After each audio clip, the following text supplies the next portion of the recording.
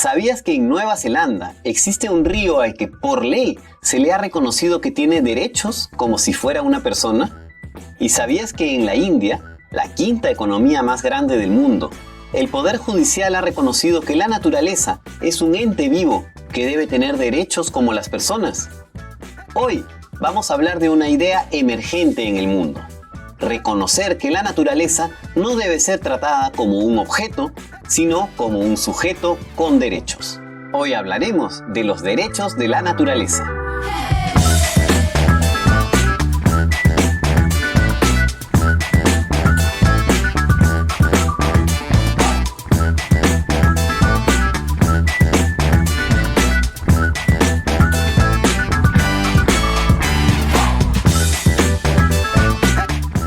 Esta historia empezó, aunque usted no lo crea, en Estados Unidos. Allí, en la pequeña localidad de Tamaqua, en el estado de Pensilvania, hubo un conflicto socioambiental por la contaminación del agua por un tajo abierto de una vieja mina. Para prohibir que las empresas viertan agua contaminada, el gobierno municipal aprobó una ordenanza el año 2006 que decía que no solo los residentes, sino también las comunidades naturales y los ecosistemas debían ser considerados como ciudadanos con derechos. ¡Cielos, qué macizo! Fue el primer caso en el mundo en el que se reconocía por ley que la naturaleza tenía algún tipo de derechos. En los años siguientes, la idea se fue extendiendo y se aprobaron ordenanzas similares en otros condados de Estados Unidos. Pero la cosa se puso más seria cuando la Asamblea Constituyente de Ecuador recogió esta idea y aprobó en la Constitución los derechos de la naturaleza. Fue el primer caso de un reconocimiento de carácter nacional a este tipo de derechos. Lo logró, señor. ¿Lo logré? Poco después, fue Bolivia la que aprobó una ley de derechos de la madre tierra. En el caso de Colombia, fue por la vía judicial que la Corte Constitucional aprobó el año 2016 que el río Atrato debía ser considerado como un ente con derecho a la protección, conservación y restauración. Similar fue el caso de la India, donde en 2017 un tribunal reconoció que el río Ganges tenía los mismos derechos que una persona, lo que significa que legalmente dañarlo o contaminarlo es tan grave como dañar a una persona. ¿Vieron eso? Eso es ser bárbaro. Ese mismo año, Nueva Zelanda aprobó una ley que le otorga al río Wanganui la calidad de persona jurídica y designa a personas responsables de velar por sus intereses. Hasta la fecha, existen unas 200 normas en todo el mundo de carácter local o nacional o decisiones judiciales que le reconocen algún tipo de derecho a la naturaleza. ¿Pero cómo es esto? ¿En serio la naturaleza puede tener derechos como las personas? No lo sé, tú dime. Hablé con Pablo Solón, ex embajador de Bolivia ante Naciones Unidas y un investigador, intelectual y activista con amplio conocimiento en el tema. Nosotros somos naturaleza.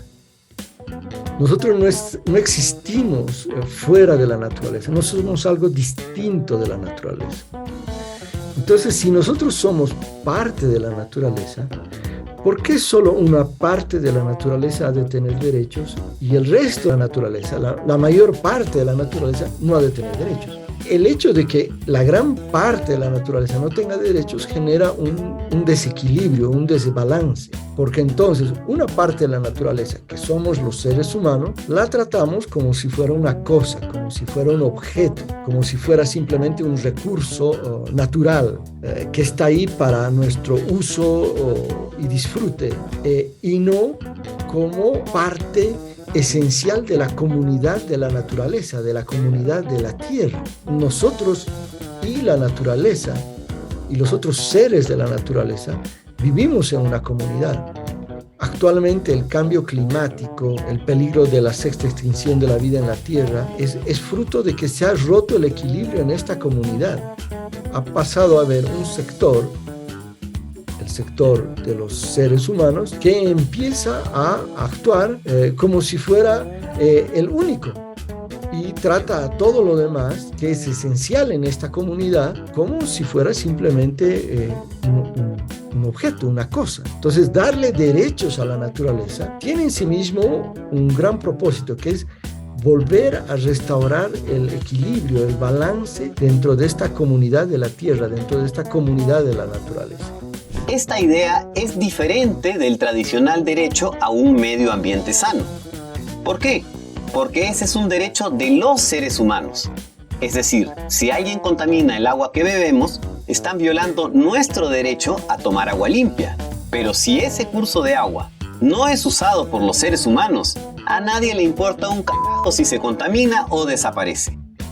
Tú no has visto nada. Que allí viven peces, que de allí beben los animales silvestres.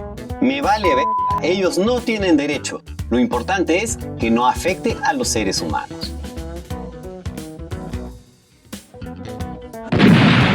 Que si talamos ese bosque puede desaparecer una especie de rana o un bicho que solo vive allí. Pero, ¿esos bichos tienen alguna utilidad industrial o algo para los seres humanos? ¿No? ¿No la tiene? Entonces también me vale ver. Arrasemos con el bosque. No me parece que este chico sea muy listo. ¿Se entiende la idea?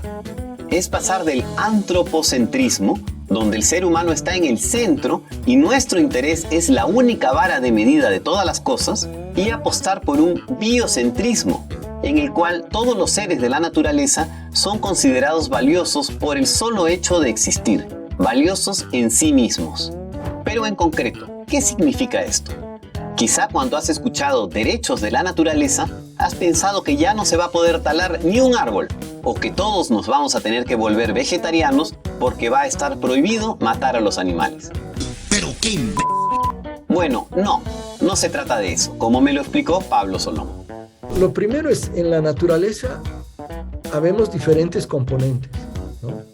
Y hay ciertos animales que viven de alimentarse de otros animales, y así sucesivamente, y que viven de no solamente de frutos, de plantas, pero manteniendo un cierto equilibrio, o sea, manteniendo el equilibrio de ese ecosistema. No es que nosotros los seres humanos no podemos cortar un árbol, no es esa la visión de los derechos de la naturaleza. Pero lo que no podemos hacer es deforestar todo un área y súbitamente afectar la provisión de agua, afectar el hábitat de la biodiversidad, de otros animales, de otras plantas. Entonces, no es en la visión de los derechos de la naturaleza, bueno, entonces la naturaleza es intocable. No, la naturaleza obviamente uno la va a tocar, inevitablemente, pero tiene que hacerlo respetando su capacidad de regeneración, su capacidad de reproducirse. Es decir, hay un límite. Si yo corto un árbol o 10 árboles en una hectárea de bosque, no voy a afectar la capacidad de reproducirse de esa hectárea de bosque. Pero si talo más del 30% de los árboles, seguro que voy a acabar matando al conjunto de los árboles, porque ya genera un desequilibrio muy fuerte. Entonces estamos hablando, el principal derecho de la naturaleza, en ese sentido, es el derecho a poder existir, a poder reproducirse, a mantener su capacidad de regeneración, que es algo que los científicos también lo dicen con las mismas palabras casi, aunque muchos no utilizarán el término derechos. En América Latina, Ecuador, Bolivia, Colombia y Panamá son países que han reconocido algún tipo de derechos a la naturaleza, ya sea por ley o por fallos judiciales. En México también en algunos gobiernos estaduales o regionales. Por supuesto, una cosa es que esté escrito en la ley y otra es que se cumpla. ¡Desgraciado! En Chile, el proyecto de constitución del año 2022 incluía derechos de la naturaleza, pero fue rechazado en un referéndum. En Perú, un proyecto de ley el año 2020 proponía reconocer derechos a la madre naturaleza, a los ecosistemas y a las especies, pero fue rechazado por el Congreso. ¡Ay, qué bruto, focalicero! ¿Y tú qué piensas? ¿Cómo es en tu país? Muchas gracias por llegar hasta aquí.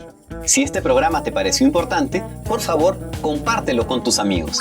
Y si tú también tienes otras ideas fuera de la caja, déjalas aquí abajo en los comentarios para que las podamos tratar en un próximo programa.